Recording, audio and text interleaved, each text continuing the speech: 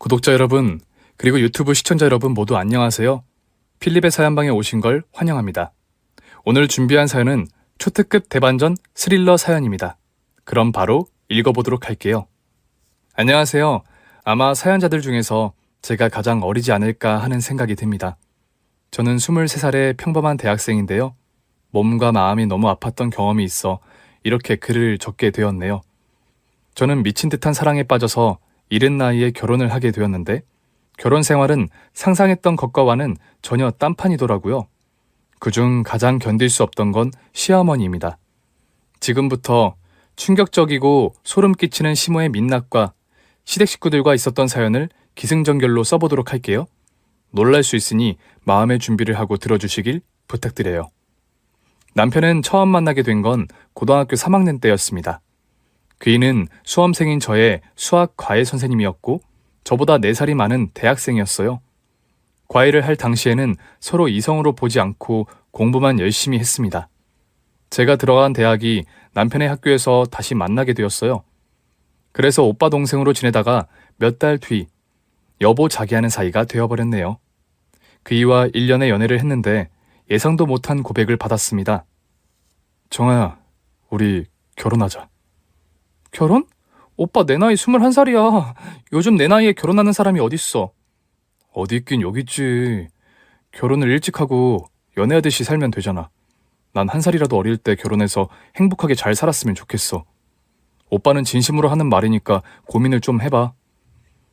그래, 생각해 볼게. 그런데 기대는 하지 마.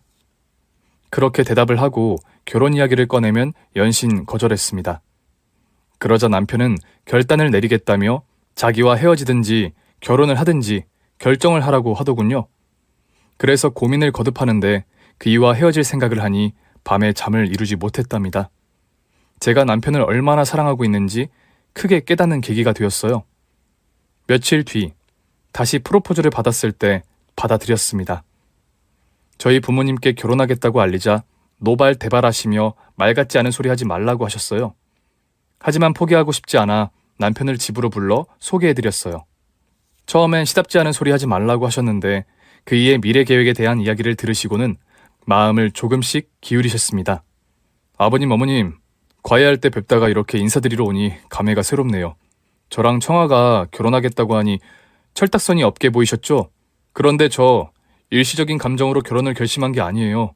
청아랑 어떻게 결혼 생활을 할지 향후 30년 후까지 계획을 세워놨습니다. 그리고 대기업 합격 문자를 보여드리며 평생 저를 행복하게 해주겠다고 당당하게 말하더라고요.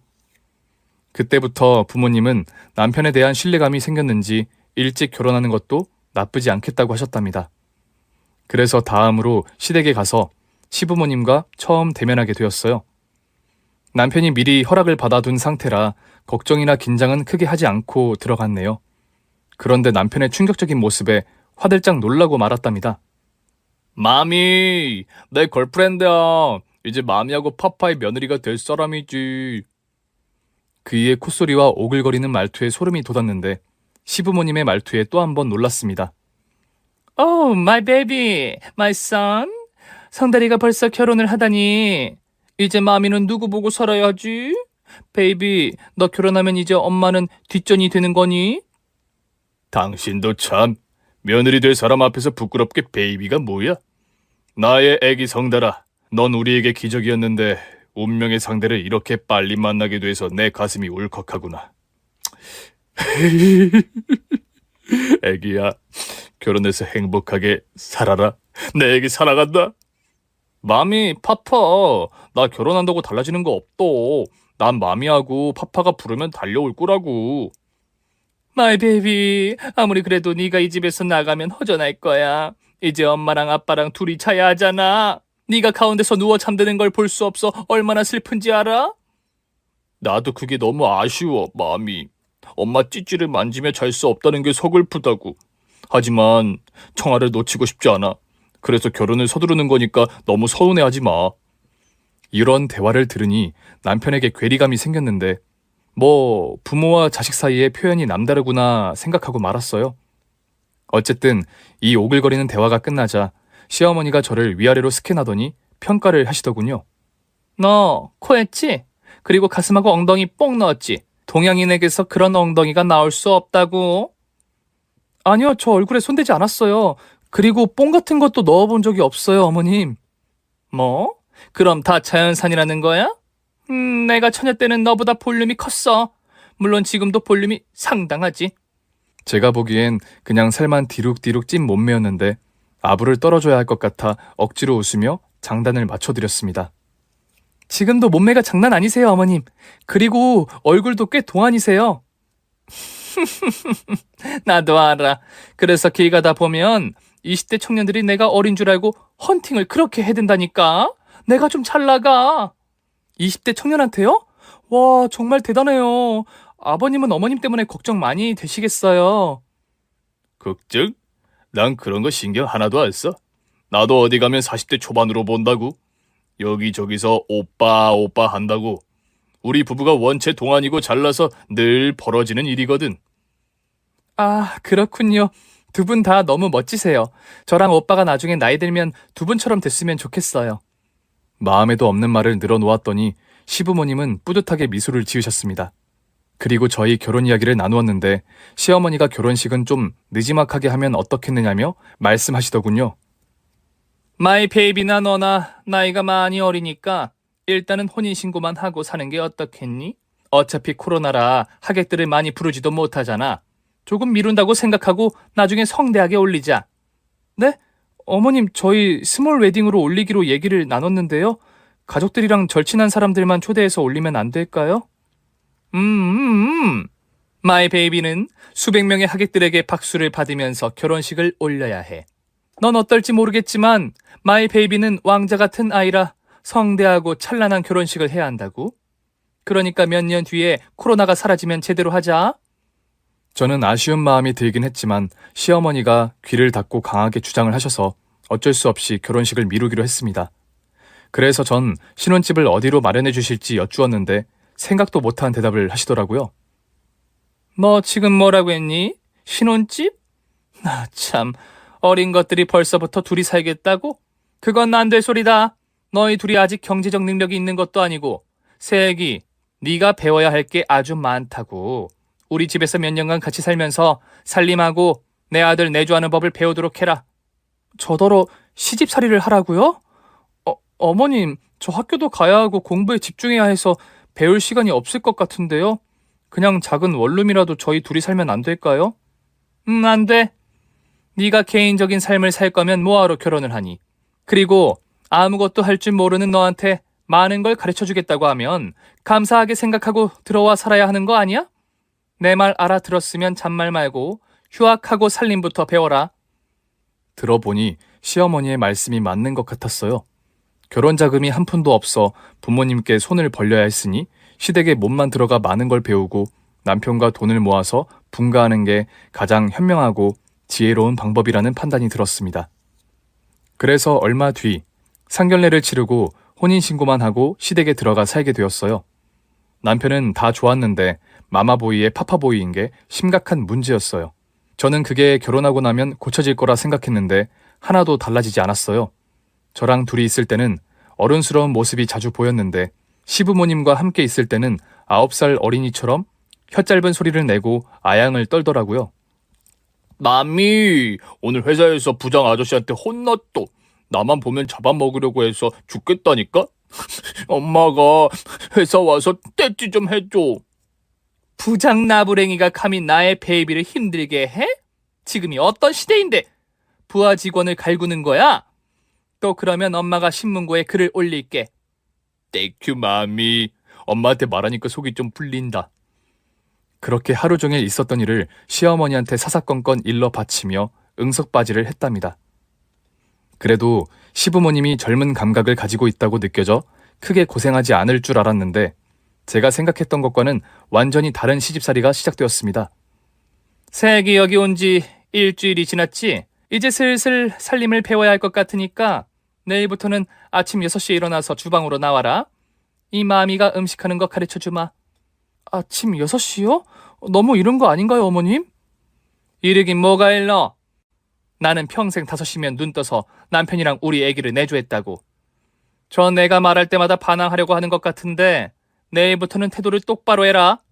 그래서 이튿날부터 이른 시간에 일어나 주방으로 나갔답니다. 그런데 어찌된 일인지 시어머니는 6시 반이 넘어도 주무시고 있었는지 주방에 나오시지 않았어요.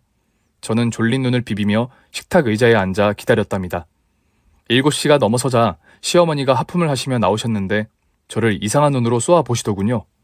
너 거기서 뭐하니? 어머님이 오늘부터 6시에 일어나서 주방으로 나오라고 하셨잖아요. 그건 나도 알아.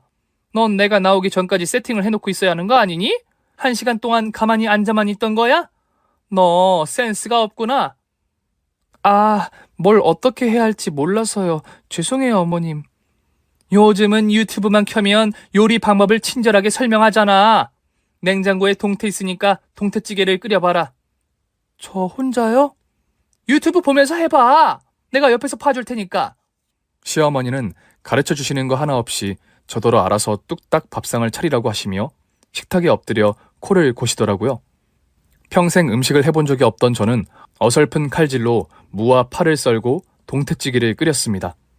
그런데 냄새를 맡은 시어머니가 깨어나시며 인상을 찌푸리셨어요. 냄새가 왜 이러냐? 비켜봐봐.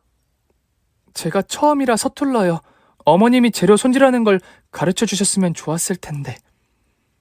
이런 기본적인 걸 가르쳐 달라고? 혼자서 터득하고 연습하면 될 것을 꼭 나한테 배워야겠니?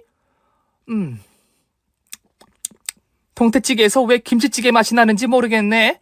안 되겠다. 내가 다시 끓일 테니 잘 보고 배워라. 네, 어머님 잘 배우겠습니다. 이윽고 시어머니의 칼질이 시작되었는데 저랑 실력이 비슷했어요. 또다시 끓인 찌개의 맛도 제가 만든 게 훨씬 나았답니다. 그런데 시어머니는 자기가 끓인 찌개가 맛있다며 감탄사를 자아내더라고요. 바로 이 맛이야. 세혁이 너 잘 봤지? 찌개란 이렇게 끓이는 거다. 네? 아, 알겠습니다, 어머님. 그럼 바로 상 차릴게요. 시어머니는 큰일을 해냈다는 듯이 몸을 풀고 방으로 들어가셨다가 제가 모든 상을 차려내자 다시 모습을 보이셨습니다. 잠시 후 식구들이 다 같이 식탁 앞에 둘러앉아 식사를 시작했는데 동태찌개를 맛본 시아버지와 남편이 극찬을 아끼지 않았어요. 아니, 오늘 찌개 장난 아니게 맛있는데 이거 당신이 한 거지? 당연하지. 세혁이가 아무것도 할 줄 몰라서 내가 다 준비한 거야. 우리 며느리가 당신한테 잘 배웠으면 좋겠다. 이 수준의 솜씨가 되려면 갈 길이 멀긴 하지만 흉내라도 내야 당신이 좀 편해지지 않겠어? 하루아침에 내 실력을 따라오는 게 쉽겠어? 내가 잘 가르치고 있으니까 당신이랑 베이비는 바깥일이나 신경 쓰셔. 제가 모르는 시어머니의 다른 솜씨가 있겠지 싶어 조용히 입을 다물고 있었네요. 그런데 시어머니는 저에게 살림하는 법을 직접 가르쳐 주시지 않았습니다. 그저 유튜브 보고 알아서 하라며 집안일을 아예 손을 놓으셨어요. 제가 없을 때 이런 식으로 살림을 한지 알 수가 없었죠. 나중에 알게 된 사실인데 시어머니는 시아버지와 남편 몰래 가사 도우미를 쓰면서 살림을 유지했더라고요. 하실 줄 아는 게 없으시면서 괜히 기강을 잡으시려고 시집살이를 시키신 거죠. 그래도 저는 스스로 배워서 살림 왕이 되기로 마음을 먹었습니다. 유튜브뿐만 아니라 요리학원도 다니고 공부도 했죠. 신혼 3개월 차가 되었더니 시어머니가 저에게 아무 말도 할 수 없을 정도로 살림의 고수가 되었고 요리 실력도 어지간한 식당보다 맛있게 잘 만들었어요. 우리 세기가 이제 못하는 게 없구나. 음식이 너무 맛있어. 네 시어머니보다 100배는 나은 것 같다고. 맞아. 여보, 당신 덕분에 집에 오는 게 너무 행복하다니까? 어쩜 살림을 이렇게 잘할 수 있지? 당신 혹시 전생에 신사임당 아니었을까 싶다니까. 나는 어머님한테 잘 배워서 그런 거지. 그리고 아직 어머님 따라가려면 멀었다고. 아니다, 세아가. 네가 훨씬 낫다니까. 손끝이 얼마나 야무진지 하는 일마다 꼼꼼하고 엄청 깔끔하다고. 내가 며느리 하나는 진짜 잘 얻었다. 얼굴도 예쁘고 마음씨도 착한데 못하는 것도 없잖니. 요즘 세기 자랑하는 맛에 산다니까. 제 자랑을 하고 다니신다고요? 그 말씀 너무 듣기 좋은데요? 앞으로 더 많이 자랑하고 다닐 수 있게 제가 잘 모시도록 할게요, 아버님. 말도 얼마나 이쁘게 하는지. 도대체가 흠이라는 게 하나도 없다니까? 여보, 내 말이 맞지? 채, 이깟 살림 좀 잘한다고 그렇게 극찬할 일인가? 그리고 새애기는 평균 외모야. 특출나게 예쁘지 않은데 너무 띄우는 거 아닌가? 마미, 그게 무슨 소리야? 내가 청아랑 결혼을 서두른 이유가 왜인지 몰라? 얼굴은 여신급에 몸매는 비너스잖아. 또 성격은 모난 거 없이 얼마나 착해. 난 복받은 놈이라고 마미. 시아버지와 남편이 계속해서 제 칭찬을 해대자 시어머니가 화를 크게 내셨습니다. 자식이나 남편이나 이제 내가 늙었다고 찬밥 취급하는 거야? 세상에서 내가 제일 예쁘고 아름답다더니 이젠 새애기를 떠받드는 거야? 기분이 좀 그러네. 나 밥맛 떨어졌으니까 세 사람이 냠냠 쩝쩝거리며 좋은 시간 보내봐. 시어머니가 일어나시자 시아버지가 껄껄거리시며 당신 지금 며느리를 질투하는 거야? 이 사람아, 아무리 당신이 예쁘다고 해도 세월은 무시 못하지. 그리고 새애기는 못하는 게 없잖아. 괜히 샘내지 말고 당신도 며느리 좀 예뻐해줘, 응? 라고 말씀하셨네요. 그렇게 시댁 남자들에게 사랑을 받으며 행복하게 잘 지내는데 시어머니만 저를 탐탁지 않게 보셨습니다. 시아버지 말씀대로 질투를 하시는 건지 저만 보면 시비를 거셨어요. 네 시아버지가 잘한다 잘한다 하니까 내 머리끝까지 오르려고 하는구나. 너 내가 식기세척기 쓰지 말랬지? 깨끗하게 하려면 사람 손으로 설거지를 해야 한다고 몇 번을 말해. 어머님, 식기세척기를 쓰는 게 훨씬 더 깨끗하게 잘 돼요. 제가 지혜롭게 알아서 할 테니 신경 쓰지 마세요. 어머머, 이게 나를 가르치려고 드네? 너 계속 내 심기를 건드리고 있는 거 알아? 그랬다면 사과드릴게요, 어머님. 제가 아직 어리고 부족하니 넓은 마음으로 이해해 주세요. 끝까지 착한 척이네. 안 되겠다. 너 오늘 나랑 장 보러 가자. 빡세게 돌려줘야겠어. 그래서 오랜만에 시어머니와 둘이서 장을 보러 나갔습니다. 시장에 들어서자 이것저것 무거운 반찬거리를 사셨답니다. 네가 그렇게 요리를 잘해? 그럼 오늘 어려운 것 좀 해봐라. 시어머니는 추어탕을 직접 하라며 미꾸라지를 사셨고 손이 많이 가는 만두와 잡채를 하라며 재료들을 잔뜩 사게 하셨어요. 제 손에 쥐어진 장바구니가 점점 무거워지자 시어머니 표정이 밝아졌어요. 그런데 시장 상인분들이 저에게 반갑게 구는 걸 보시고는 다시 낯빛이 어두워지셨습니다. 예쁜 새댁, 오늘 물 좋은 생선 들어왔는데 이거 그냥 가져가. 이모, 공짜로 주시겠다고요? 아니에요, 돈 드릴게요. 아니야, 새댁 얼굴을 보니까 내 기운이 절로 솟아서 주는 거야. 고마우면 매일 이 시장에 들어와서 예쁜 얼굴 좀 자주 보여줘. 감사해요, 이모. 잘 먹을게요. 그런데 옆에 할머니는 누구야? 네? 아, 제 시어머니예요. 시어머니는 할머니라는 말에 화가 잔뜩 나셔서 이모님에게 큰 소리를 치셨어요. 이봐요! 누구더러 할머니라는 거예요? 내 나이 50대 중반이라고요? 어머, 죄송해요. 전 70대인 줄 알았어요. 뭐 70대요? 이 아줌마가 장사를 하려는 건지 남 기분을 조지려는 건지 모르겠네. 새아가, 앞으로 여기서 생선 사지 마라. 기분 못 같아서 여기 생선은 꼴도 보기 싫구나. 그렇게 시장 안을 걸어가는데 상인분들이 다들 저에게 예쁘다, 착하다, 자기 며느리였으면 좋겠다 등등 많은 칭찬을 해주셔서 시어머니 기분이 나락으로 떨어지셨습니다. 너 아주 좋겠다. 아줌마 아저씨 할 거 없이 예쁨을 받으니 말이야. 아니에요, 어머님. 그냥 단골이어서 그렇게 말씀해 주시는 거예요. 겸손한 척하기는. 그런데 너 옷이 너무 파인 거 아니냐? 응? 쇄골이 드러나는 옷을 꼭 입어야 했니? 아, 다음부터는 조신한 옷을 입도록 할게요. 죄송해요, 어머님. 시어머니 기분을 맞춰주려고 무조건 죄송하다며 굽신거리며 시장을 보고 집으로 돌아갔습니다. 그리고 추어탕이나 만두, 잡채를 할 줄 모르니 시어머니께 가르쳐달라고 부탁했어요.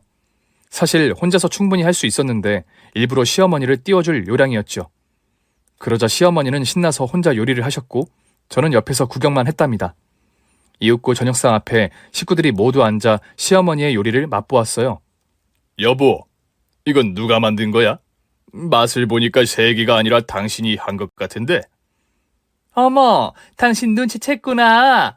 이거 다 내가 만들었어. 새기가 할 줄 모르는 걸 가르쳐 주려고 간만에 솜씨를 발휘해봤어. 어때? 맛있어? 아니, 추어탕은 소금국이고 잡채는 면이 불어 터진 데다 간이 싱거워. 만두는 종이 씹는 맛이야. 여보, 앞으로 요리는 하지 마. 우리 세기한테 다 맡기라고. 뭐? 그렇게 맛이 없다고? 알았어. 그럼 먹지 마. 나의 베이비 입에는 어때? 아빠의 말씀이야 동문이야. 너무 맛없어. 마미, 앞으로 주방에 들어가지 마. 청아 혼자서 잘해왔는데 왜 코를 빠뜨리고 그래? 너까지. 그래, 아주 잘났다. 이거 다 버릴 테니까 세기한테 새로 밥 해달라고 그래. 어머님, 저는 맛있어요. 그냥 두세요. 너 지금 나 놀리니? 네 잘난 솜씨로 다시 밥상 차려라. 나는 입맛이 떨어졌으니까 셋이 잘 처먹어 보라고. 시어머니는 단단히 삐쳐서 방으로 들어가 버렸습니다. 그렇게 계속 저만 예쁨을 받고 지내다가 큰일이 벌어지고 말았어요. 제가 임신을 하게 된 거죠. 향후 10년 뒤에나 아이를 갖자고 했었는데 남편과 매일 불같은 사랑을 나누다 보니 이렇게 되어버렸답니다.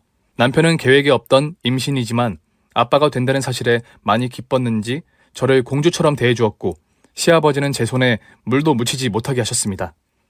세아가, 너 주방에 절대 들어가지 마라. 내일부터 가사도우미가 교대로 집안일을 봐줄 거야. 아무것도 하지 말고 태교에만 신경 쓰라고. 아버님, 그렇게까지 하지 않으셔도 되는데 이렇게 신경 써주셔서 진심으로 감사해요. 에헤헤, 뭐 이 정도 가지고 그러냐. 이 시애비가 해줄 수 있는 건 다 해줄 테니까 갖고 싶은 거, 먹고 싶은 거 있으면 주저 말고 말하거라. 정말 감사해요, 아버님.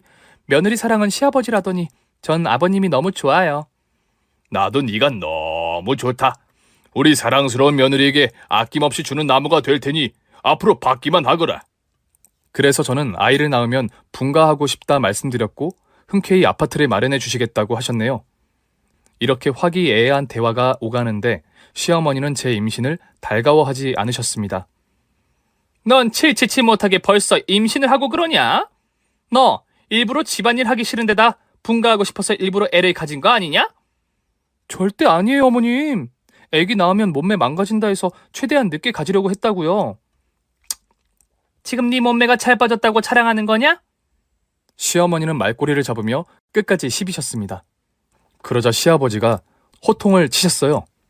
당신, 왜 자꾸 우리 세기한테 시비야?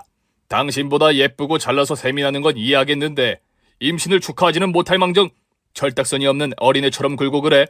한 번만 더 세기 신경 건드리는 소리 하면 내가 가만히 있지 않을 거야. 당신 나한테 소리 지른 거야? 30년 동안 한 번도 큰 소리 낸 적이 없던 당신이 고작 이런 일로 화를 내냐고. 고작이라니. 우리한테 손주가 생기는 일이잖아. 그게 얼마나 큰 축복인지 몰라? 우리가 아들을 가졌을 때를 생각해 보란 말이야. 시어머니는 눈물을 뚝뚝 흘리시며 밖으로 나가버리셨습니다. 이튿날부터 가사도우미 2명이 와서 살림과 음식을 알아서 해주셔서 아주 편하게 태교를 할 수 있었답니다. 며칠 동안 몸과 마음이 편안하게 잘 지냈는데 경악할 만한 사건이 벌어졌어요. 시어머니가 하실 말씀이 있다며 가족들을 거실로 부르셨습니다. 여보, 마이 베이비, 그리고 세아가, 내가 말이야, 임신을 했어. 벌써 4주가 됐다는구나. 시아버지는 얼마나 놀라셨는지 당신의 볼을 꼬집으며 꿈인지 생시인지 확인을 하셨어요. 그게 사실이야? 여보, 당신 나이에 임신이 가능해? 그렇다고 하더라. 내가 아직 폐경이 오지 않아서 충분히 가능한 일이래.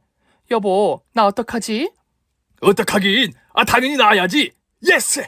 내가 늦둥이를 가지다니. 난 아직 남자다잉. 응? 그런데 여보, 우리가 언제 애 가질 일을 치렀었나? 기억 안 나? 자기랑 나랑 장어 먹고 술 한잔 했을 때 그날 밤 끝내줬잖아. 그날이었구나.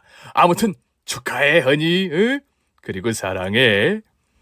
나도 허니, 고마워. 그럼 나랑 새애기랑 같이 태교를 하면 되겠네? 마이 베이비, 너에게 동생이 생긴다는 게 어떠니? 마미, 너무 좋지. 이런 기적이 찾아올 거라 상상도 못했는데 마미가 진짜 큰 일을 해냈어. 그런데 마미, 내 동생으로 태어나면 나보다 더 사랑하면 안 돼? 똑같이 사랑해줘야 해. 당연하지. 나의 베이비 1호인 너보다 더 사랑할 사람은 이 세상에 없어. 마미, 아빠랑 나한테 서운한 게 있으면 용서해줘. 그런 거 없으니까 걱정하지 마.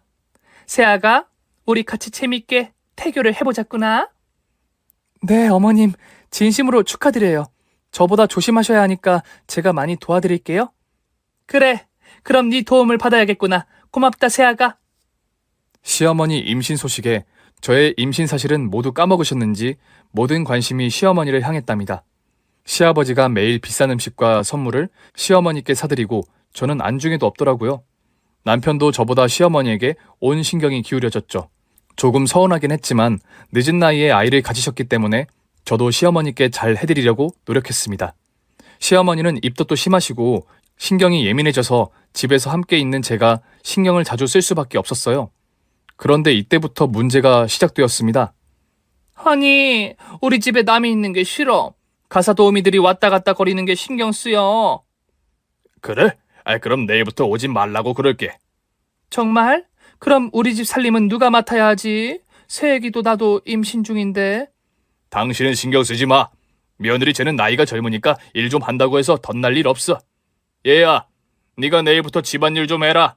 네 시어머니가 먹고 싶다는 건 다 해드리고 알겠느냐? 아, 네, 알겠어요, 아버님. 상황이 이렇게 되었으니 군소리하지 않고 다시 살림을 하게 되었네요. 시아버지만큼이나 남편도 시어머니에게 온 신경이 기울어져서 제 임신은 관심도 없어 보였습니다. 오빠, 나 단 게 먹고 싶은데 아이스크림 좀 사다 줄 수 있어? 아이스크림?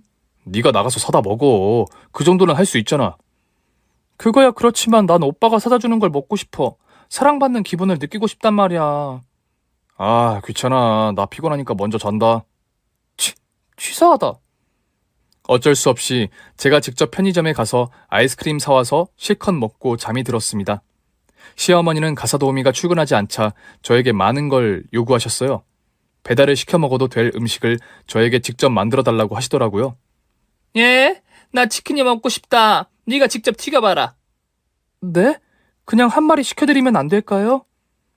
밖에서 시켜먹는 음식이 청결한지 알 수가 없잖아. 배달 음식 잘못 먹고 내가 탈이라도 나면 어쩌려고 그러니?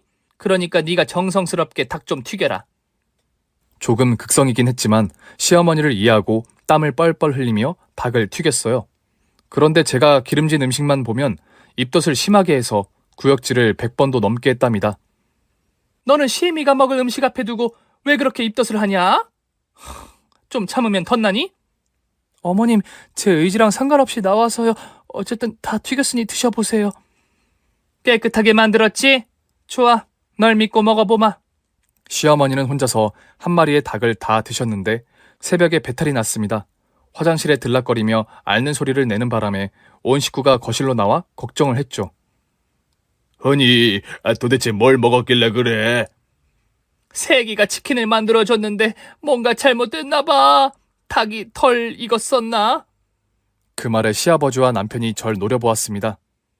뭐야, 새끼 너. 닭을 어떻게 튀긴 거야? 너 때문에 큰일이라도 나면 책임질 거야. 너 혹시 일부러 그랬냐?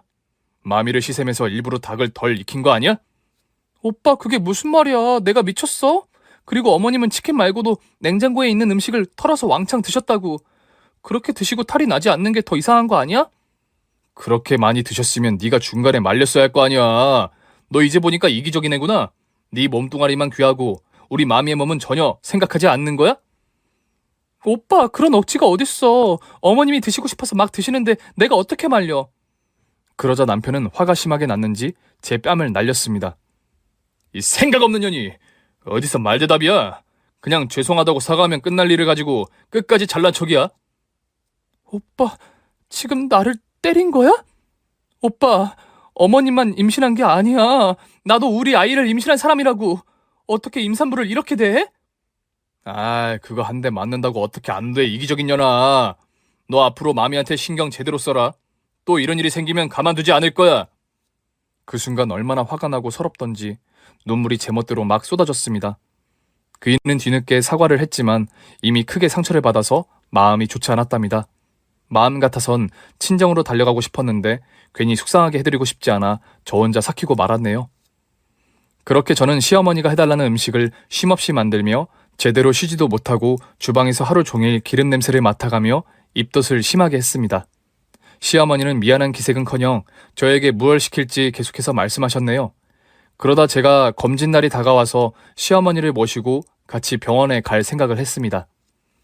어머님, 그러고 보니까 어느 산부인과를 다니시는지 제가 모르고 있었네요. 제가 모시고 갈 테니 앞으로 같이 다니도록 해요. 뭐, 병원? 난 너랑 같이 다니고 싶지 않다. 고부 사이가 나란히 임신한 게 부끄러워서 혼자 다니는 게 편하다고. 뭐가 부끄러워요? 아이를 가진 게 고부 사이면 어떻고 모녀 사이면 어때요? 그러지 말고 저랑 같이 병원에 가요. 얘가 왜 이래? 내가 싫다고 하잖아. 시어머니 태도에 뭔가 이상하다는 게 느껴졌습니다. 마치 산부인과에 같이 가면 안 될 꿍꿍이가 있는 눈치였어요. 그래서 시어머니 배를 다시 살펴보니 임산부의 배가 아니라 많이 먹어서 살찐 배로 보였답니다. 혹시 임신 거짓말을 하고 계신 게 아닐까라는 생각이 들어서 시어머니가 산부인과에 가신다고 한 날 몰래 뒤를 미행했습니다. 그런데 제 의심대로 산부인과에는 얼씬도 하지 않으시고 찜질방으로 가시더라고요. 의사 선생님이 임산부에게 사우나가 좋지는 않으니 피하라고 했던 말이 떠올라서 시어머니가 임신했다고 거짓말한 걸 확신할 수 있었습니다. 그래서 저녁에 남편과 시아버지께 말씀드렸더니 저를 이상한 년으로 취급하셨어요. 며느리 너 웃긴다. 그럼 나의 허니가 지금 이빨을 털고 있다는 거니? 야, 임산부가 사우나를 갈 수도 있지. 그런 거로 의심을 해? 너 어떤 애를 가졌길래 그따위 망상을 하는 거야? 아니라니까. 의사 선생님이 사우나는 피하라고 했어. 그리고 어머님은 사우나에 들어가서 지금까지 돌아오시지 않고 계시다니까? 그게 태아한테 얼마나 안 좋은 줄 알아? 그렇게 못 믿겠으면 다 같이 산부인과에 가서 확인하면 되잖아. 아버님, 여태껏 어머님이랑 병원에 같이 가신 적 없죠? 산모 수첩 보셨어요? 이게 멀쩡한 사람을 등신으로 만들려고 하네. 알았다. 내일 다 같이 산부인과에 가서 확인해 보자. 그리고 시어머니가 찜질방에서 돌아오자 시아버지가 내일 같이 병원에 가자고 말씀하셨어요.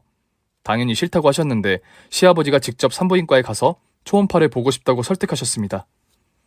꼭 같이 가야겠어? 좋아. 새애기가 뭐라고 짓거렸는지 모르겠지만 병원 가서 다 확인시켜주면 될 거 아니야. 허니, 미안해. 그래도 짚고 넘어가는 게 모두를 위해 좋지 않겠어? 시어머니는 당당하게 알겠다고 대답하셨고 다음 날에도 의기양양한 태도로 집을 나섰습니다. 시아버지가 차를 타고 가자고 했는데 시어머니가 입덧이 심하다며 걸어가자고 하셨어요. 저희는 30분의 시간을 걸어야 했답니다. 그런데 시어머니가 제 옆에 바짝 붙어서 걸으셨어요. 평소엔 제 옆에 오는 걸 좋아하지 않았는데 왜 이렇게 오바하나 싶더라고요. 그렇게 병원 근처에 사거리까지 도착해 신호등을 기다렸습니다. 보행자 신호가 빨간불이라 차들이 쌩쌩 달리고 있었는데 제 옆에 있던 시어머니가 도로에 뛰어들었어요. 마미! 마이허니, 괜찮아? 시어머니는 달리는 차에 부딪히려다가 무서웠는지 뒤로 넘어지며 큰 사고는 피했어요. 왜 이런 짓을 벌였는지는 당연히 알 수 없었습니다. 임산부라고 거짓말을 했으니 산부인과에 가지 않으려고 술을 쓴 것 같았네요. 그런데 시어머니 입에서 나오는 말은 저를 미치도록 만들었습니다. 전현이 날 밀었어. 달리는 차에 받치라고 일부러 밀었다고. 아이고 배야. 애가 떨어진 것 같아. 허니 구급차 불러. 시아버지는 다급하게 구급차를 부르고 저에게 다가와 귀싸대기를 날렸습니다. 네 년이 내 허니와 늦둥이를 죽이려고 해. 이 사탄 같은 년! 이어서 남편도 제 뺨을 날렸어요. 이 개 같은 년아. 네가 사람 새끼야? 멀쩡한 사람을 도로에 밀다니. 너 같은 년이랑 결혼해서 애까지 가졌다는 게 한심하고 부끄럽다. 오빠, 아니야. 난 절대 어머님을 밀지 않았어. 어머님이 스스로 도로에 뛰어든 거라고. 그러자 다시 제 뺨을 갈겼어요. 저는 분노의 눈물을 흘리며 그 자리에 가만히 서 있었고 시댁 식구들은 구급차를 타고 응급실로 향했습니다. 친정으로 가려고 했는데 확실한 결과를 봐야겠다 싶어서 택시를 타고 구급차를 따라갔네요. 이윽고 의사 선생님이 시어머니를 진료하는데 검사를 해야겠다며 엑스레이와 초음파 검사를 했는데 다친 곳은 없었고 뱃속에 아이도 없었답니다. 시어머니는 의사를 속이려고 오열하며 유산이 된 것 같다 말했는데 의사는 이에 동요하지 않았어요. 환자분 임신한 적도 없으신 것 같은데요. 완전 유산이 되었다면 출혈이 발생할 테고 불완전 유산이면 초음파에 태아가 보여야 합니다. 그건 나도 모르겠고 애가 떨어진 게 분명해요. 여기 돌팔이구만. 나 다른 병원 갈 테니까 입 다물어요. 원하신다면 다른 병원으로 가보시죠. 다친 곳이 없으시니 그냥 걸어서 나가시면 될 것 같군요. 의사의 말에 남편과 시아버지는 의심을 하기 시작했습니다. 아니, 이게 어떻게 된 거야? 진짜 임신이 아니었던 거야? 세기 말대로 쇼를 하고 있던 거냐고? 아니야, 나 진짜로 임신 중이었어. 내가 그런 거짓말을 했을 리가 없잖아. 난 분명히 유산이 된 거야. 날 못 믿는 눈치인 것 같은데 그럼 날 따라오지 마. 다른 병원에 가서 진실을 밝히겠어. 마미, 방금 유산한 사람이 그렇게 멀쩡히 걸을 수가 있어? 말이 안 되잖아. 지금이라도 솔직하게 말해. 시어머니가 어떤 계획을 꾸몄는지는 모르겠지만 거짓말인 걸 제대로 들키게 되었어요. 더는 의미가 없다는 걸 알았는지 바닥에 주저앉아 오열하기 시작하더라고요. 나도 내가 왜 그랬는지 모르겠어. 새 애기만 예쁨 받는 게 샘나고 화가 나서 홧김에 거짓말을 한 것 같다고. 언니, 베이비, 나 이해해줄 수 있지? 부자는 시모를 한심한 눈으로 내려보더니 찌찌거리며 고개를 돌려 저를 보더군요. 제 뺨을 날린 걸 사과했습니다. 세아가 미안하다. 제대로 알아보지도 않고 너에게 손찌검을 했구나. 청아야, 미안해. 진짜 미안해. 그래서 시아버지와 남편 턱주가리를 주먹으로 날렸습니다. 얼마나 세게 때렸는지 부자가 동시에 바닥에 고꾸라졌어요. 끙끙 앓는 신음을 내더라고요. 이 개같은 새끼들. 너희 집구석은 사이코 집안이야. M이라는 년은 질투에 사로잡혀 임신쇼를 하질 않나. 앱이라는 놈이나 남편이라는 새끼는 임산부 따기를 날려? 이러고도 무사하게 결혼 생활을 할 거라 생각했다면 큰 오산이야. 그렇게 흥분해서 악을 쓰며 소리를 질렀는데 배가 갑자기 아파오며 바지가 빨간 피로 물들었습니다. 의사 선생님은 저를 바로 수술실로 데려가셨습니다. 저는 그날 소중한 아이를 잃었어요. 병실에 시댁 식구들을 들이지 않고 친정 부모님이 지키고 계셨습니다. 진단서를 끊고 경찰에 임산부 폭행으로 형사 고소를 했고 이혼 변호사를 불러 민사소송까지 진행했습니다. 임산부 폭행이 무거운 죄라서 남편과 시아버지는 처벌을 피할 수 없었어요. 유산을 하게 된 인간관계에 시댁 식구들이 확실했으니 세 사람은 구속이 되었습니다. 저는 수억 원의 위자료와 합의금을 받고 치가 떨리는 인간들 사이에서 빠져나왔어요. 많은 돈을 받긴 했지만 제 마음을 위로하진 못했어요. 아이를 잃은 슬픔을 돈으로 덮을 수 없었으니까요. 시댁 식구들이 감옥에 갔음에도 분노가 풀리지 못했어요. 담당 형사에게 듣기를 세 사람에게 형이 확정되었는데 억울하다며 항소를 했더라고요. 그래서 저는 국민청원에 글을 올렸습니다. 사이코 시댁 식구들의 이야기를 장황하게 쓰고 제가 받은 피해를 호소했죠. 그랬더니 엄벌에 처해달라는 동의가 수십만을 기록하게 되어 다음 재판에 이전 선고보다 무거운 형을 받게 되었답니다. 법원에서 마지막으로 시댁 식구들을 보았을 때는 눈물 콧물을 질질 짜며 끌려가는 모습이었어요. 그렇게 제 결혼 생활은 끝이 나버렸답니다. 한동안 정신과 치료를 받으며 지내다가 마음이 가라앉았을 때 다시 대학교로 돌아가게 되었어요. 그래서 지금은 누구를 위한 삶이 아닌 저만의 인생을 살고 있습니다. 나중에 공부를 마치고 취직도 하고 결혼도 다시 할 겁니다. 아이를 가져봤지만 낳아보지 못했으니 꼭 그 꿈을 이루고 말 거예요. 이렇게 저의 아픈 이야기를 속 시원하게 들려드렸습니다. 진짜 믿기 어려운 사연이죠? 사이코 시어머니와 시댁 식구들로 인해 추락했던 저에게 위로의 한 말씀 주시면 진심으로 감사할 것 같습니다. 그럼 앞으로 열심히 그리고 행복하게 삶을 살겠습니다. 감사합니다. 오늘의 사연은 반전도 있고 사이다도 있지만 결말이 정말 가슴이 아프네요. 사연자님이 빨리 마음의 회복을 하시고 행복한 인생을 사시길 바랍니다. 저 필립은 다음 사연도 소스라칠 만한 이야기를 가지고 올 테니 구독과 좋아요를 꾹 눌러주세요.